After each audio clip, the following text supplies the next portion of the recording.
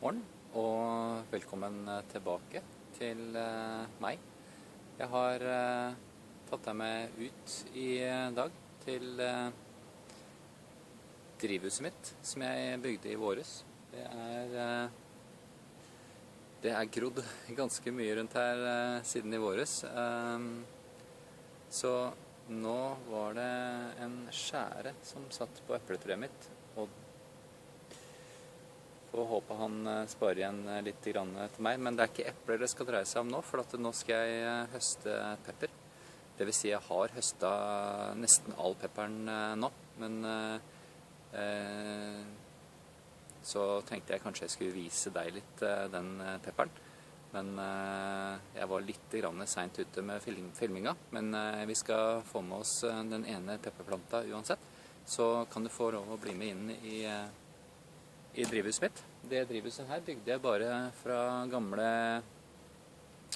vinduer, sånne innevinduer som satt i huset før i tida, og som sikkert mange fremdeles har den dag i dag. De blir byttet ut, så da sparer vi på dem, og så bygger vi oss et drivhus. Så det ble resultatet her, men du skal få bli med inn, så skal vi kikke litt på pepperen. Etter å ha vært bygutt store deler av livet ble jeg lei storbyens mas og kjas. En dag pakka jeg kofferten og kjøpte meg et idyllisk lite småbruk på landet. Endelig har jeg mulighet til å fullføre alle de prosjektene jeg hadde drømt om i så mange år. Her forsøker jeg å ta i bruk tradisjonelle teknikker blandet med moderne behov. En drøm er kanskje en dag å være selvforsynt på det meste.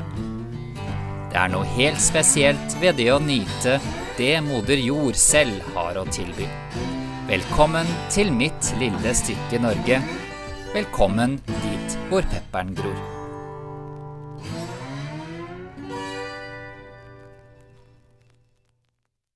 Her inne så er det ganske mye en liten jungel.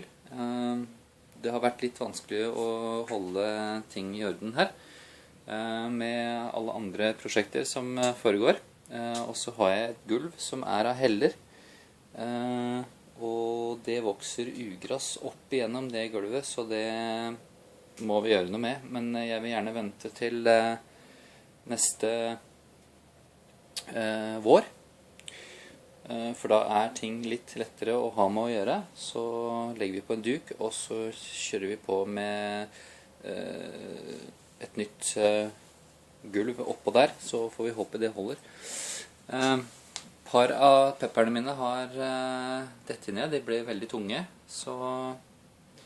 men det gjør ingenting. Vi får bare plukke det som er her.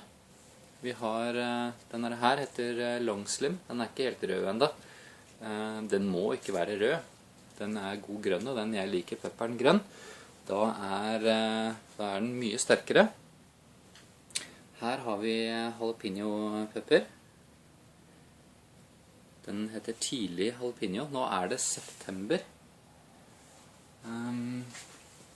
Og sånn som du ser her, så er det masse pepper på den planta her. Nå har jeg altså plukket ganske mye av dem allerede. Skal vi kikke litt på den som er her nede. Så her er det masse lange long slim heter de her. Flotte pepper. Jeg bruker chilipepper. Jeg bruker chilipepper i stort sett det meste jeg har av mat. Det jeg kommer til å gjøre med... Her er det paprika forresten. Kan du se her? Den er stor, og den blir svær. Se der. Tar jeg hånda mi rundt den. Litt forkjøla i dag, men sånn er livet. Her er fangsten min i dag, foreløpig. Den her heter Hot Wax. Den er ikke så veldig sterk. Den er sånn passe sterk. Som jeg sa, så bruker jeg pepperen min i meste av matlaginga mi. Nå driver jeg og stekker litt frokostpoteter. inne. Så jeg tenkte jeg skulle ha litt pepper oppi der. Det er kjempegodt. Og så er pepper veldig sunt. Jeg har også tomatplanter her som nå begynner å ta kvelden, for nå begynner det å bli kaldt.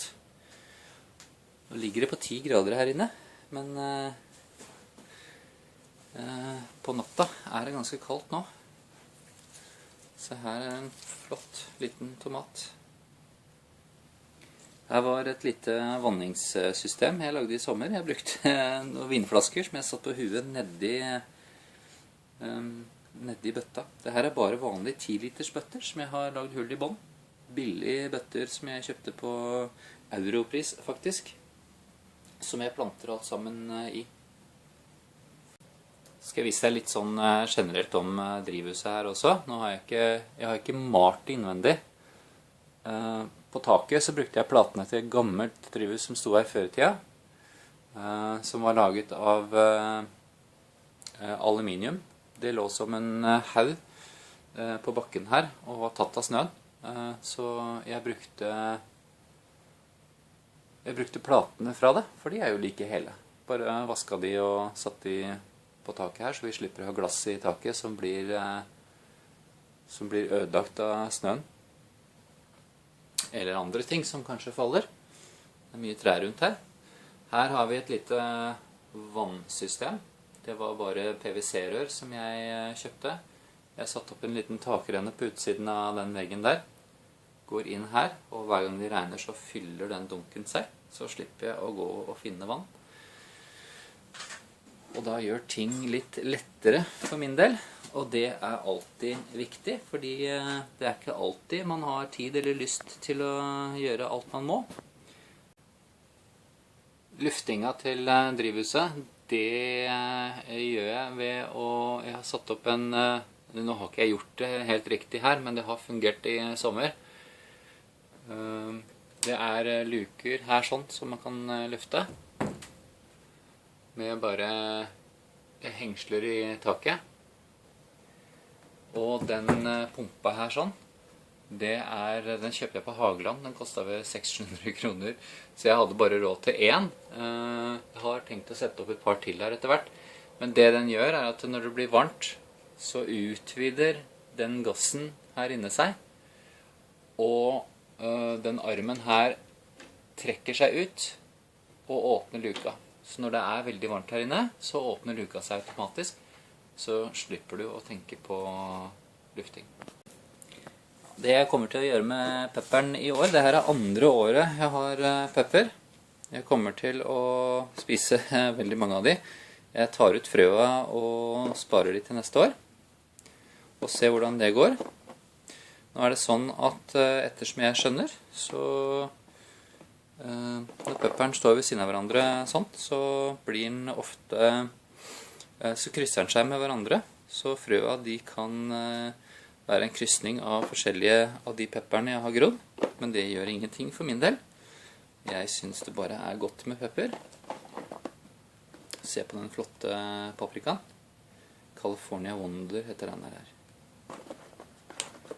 Så kommer jeg til å... Den lille tomaten min.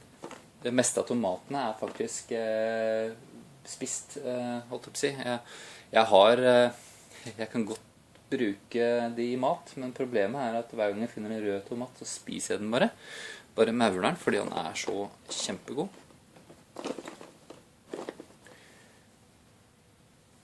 Så skal jeg ta også fryse ned. Jeg kutter den opp. Jeg hakker opp pepperen, og så legger den i små poser, og så bare tar jeg og fryser det, så får vi se hvordan det går. Så har vi i hvert fall pepper en liten stund. Men jeg bruker veldig mye pepper når jeg har pepper. Jeg tenkte jeg skulle ta en liten tur bort til eplene og se hvordan det går med de. Jeg har masse gamle epletrær i hagen her. Det er en gammel hage. Så jeg tenkte jeg skulle sjekke litt på de, for jeg så skjæra var her i stad. De er... Jeg vet ikke hva slags eple dette her er. Men de er fremdeles ikke helt modne de her, altså. Men de kommer jeg til å høste etter hvert, og så tenkte jeg kanskje jeg skulle ta med deg på det. I år så blir det nok kanskje eplegelé. Det kan jeg for så vidt egentlig begynne med allerede, for da trenger ikke eplene å være helt modne. Her kommer Pus. Hun vil gjerne ha mat, hun har vært ute i natt.